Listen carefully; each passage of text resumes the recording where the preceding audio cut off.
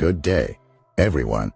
Today, we take a deep dive into the profound and compelling philosophy of Soren Kierkegaard, a man born in the early 19th century who dared to challenge traditional beliefs and explore the depths of human existence.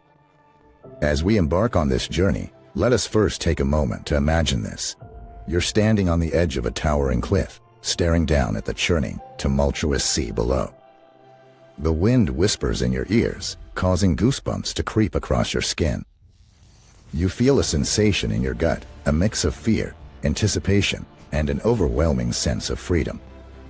You have the option to step back into the safety and predictability of your past or leap forward into the unknown. This sensation, my friends, is what Kierkegaard referred to as existential anxiety or angst. To understand Kierkegaard's concept of existential anxiety, we first must understand his view on human existence. According to Kierkegaard, the unknown and uncertainty, the very things that make our lives so unpredictable and complex, are fundamental aspects of the human condition. They are inherent in every step we take, every decision we make, and thus, inseparable from our day-to-day living. But why the angst?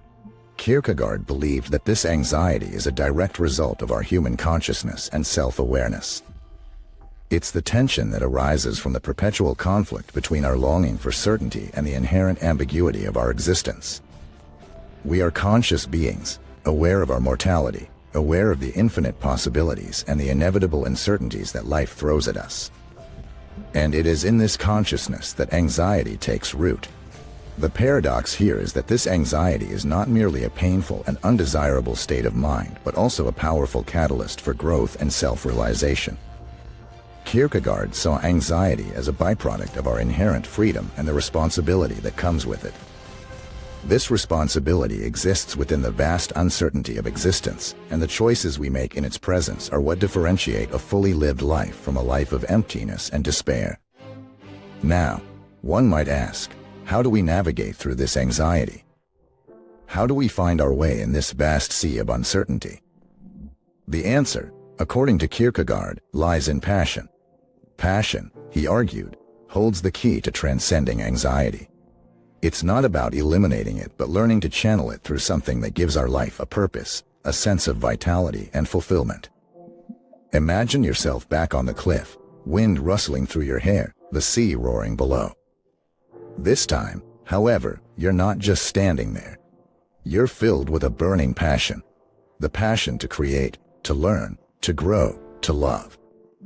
This passion becomes your guiding light, leading you through the darkness of uncertainty, enabling you to make that leap into the unknown. For Kierkegaard, this leap is not a leap into a void, but a leap towards subjective truth, a truth that holds personal significance and authenticity for each one of us. It's a truth that stands the test of our experiences, perspectives, and aspirations, insisting on its own validity despite the ever-present uncertainty. This pursuit of subjective truth, according to Kierkegaard, requires a leap of faith. It's a leap into trust, into the authenticity of our own experiences, perspectives, and aspirations. It's about trusting ourselves, our intuition, our judgments, our desires, and our capacities to navigate through life, despite the uncertainties that we're bound to face. In our journey of life, standing on the edge of that metaphorical cliff, the choice to leap or not to leap is ours to make. The freedom to make that choice can be both empowering and daunting. It's where the existential anxiety comes in, but it's also where our passion takes flight. As we continue to explore Kierkegaard's profound philosophy, we delve more into the concept of subjective truth. This subjective truth is not the same as objective facts. It is deeply personal and unique to each individual. It's about understanding that what's true for you might not be for someone else, and vice versa. It's about honoring your experiences, your perceptions, your values, and your beliefs. It's about acknowledging that your truth is as valid as anyone else's, despite the disagreements and contradictions that might exist.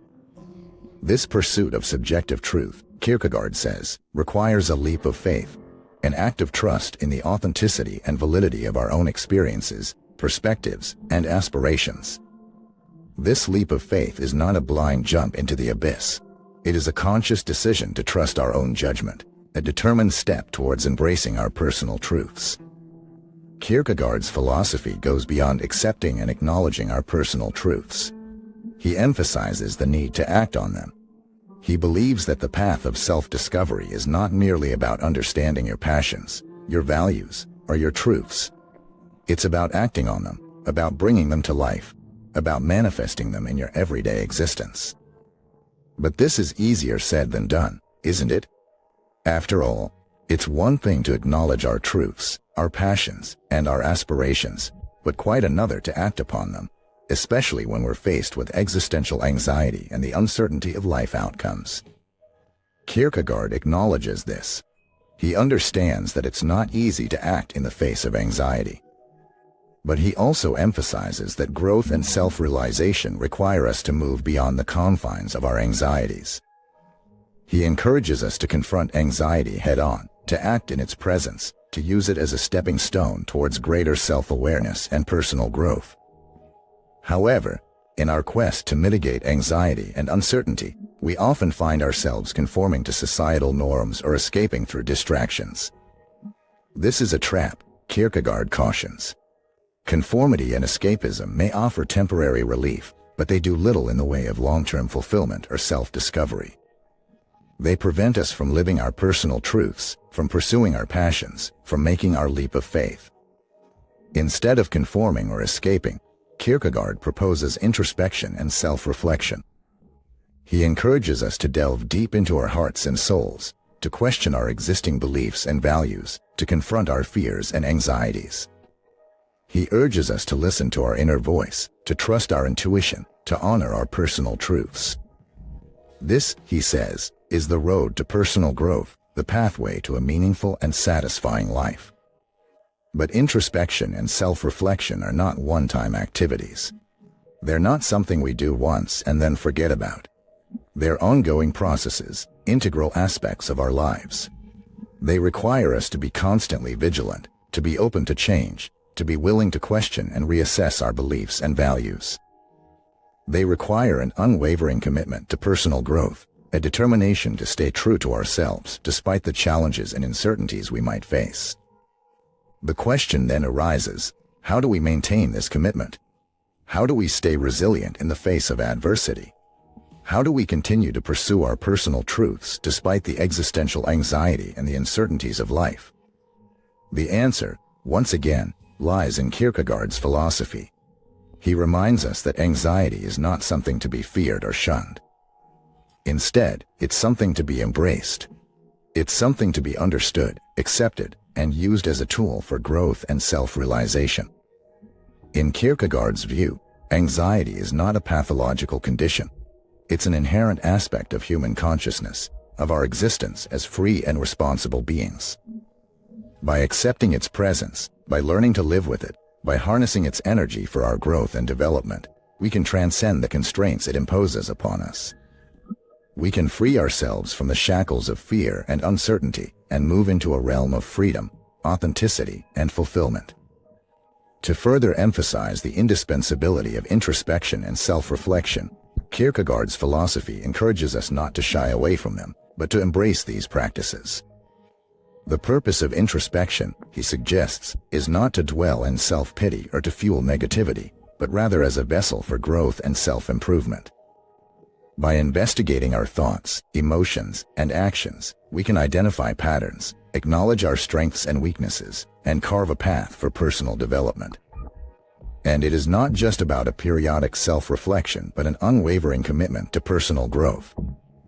This commitment to growth, according to Kierkegaard, is demonstrated by a willingness to continually question, challenge, and redefine our notions of happiness, success, and the purpose of life. It's about acknowledging that growth doesn't occur in a straight line, but rather in cycles of progress and regress, of stumbling and getting back up. However, this personal journey is not devoid of challenges. Anxiety, an inherent part of our human consciousness, is a reality we must acknowledge. As Kierkegaard suggests, it's an integral part of our being. But, he reminds us, it is not a barrier, but a bridge to a more fulfilled and authentic life. Anxiety, in Kierkegaard's philosophy, is not a malady to be cured, but a condition to be managed. It is a reminder of our freedom, our humanity, and our responsibility. It prompts us to make choices, to take risks, and to confront the unknown. It is through this confrontation that we grow, that we uncover our potentials, and that we realize our true selves. Rather than endeavoring to eliminate anxiety, Kierkegaard encourages us to embrace it, to use it as a catalyst for growth and self-discovery. By learning to live with anxiety, by accepting its presence in our lives, we can transform its destructive potential into a constructive force.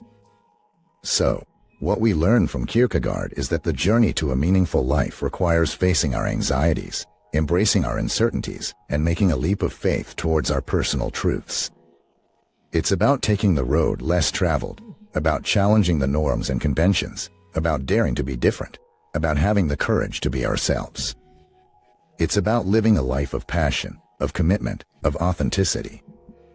It's about living a life not dictated by societal norms or expectations, but one that resonates with our true selves, with our deepest values, with our cherished dreams.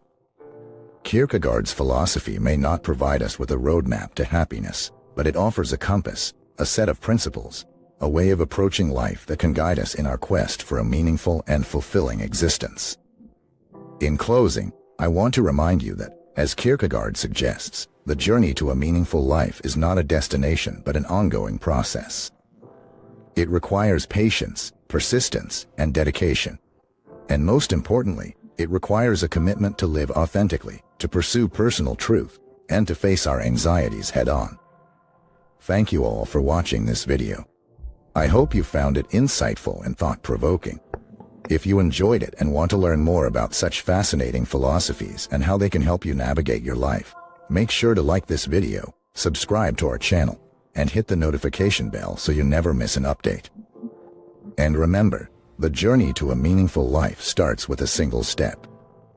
So, take that step today. Embrace your anxieties, pursue your passions, and live your personal truth. That is the essence of Kierkegaard's philosophy, and it's a powerful guide to living a fulfilling and authentic life.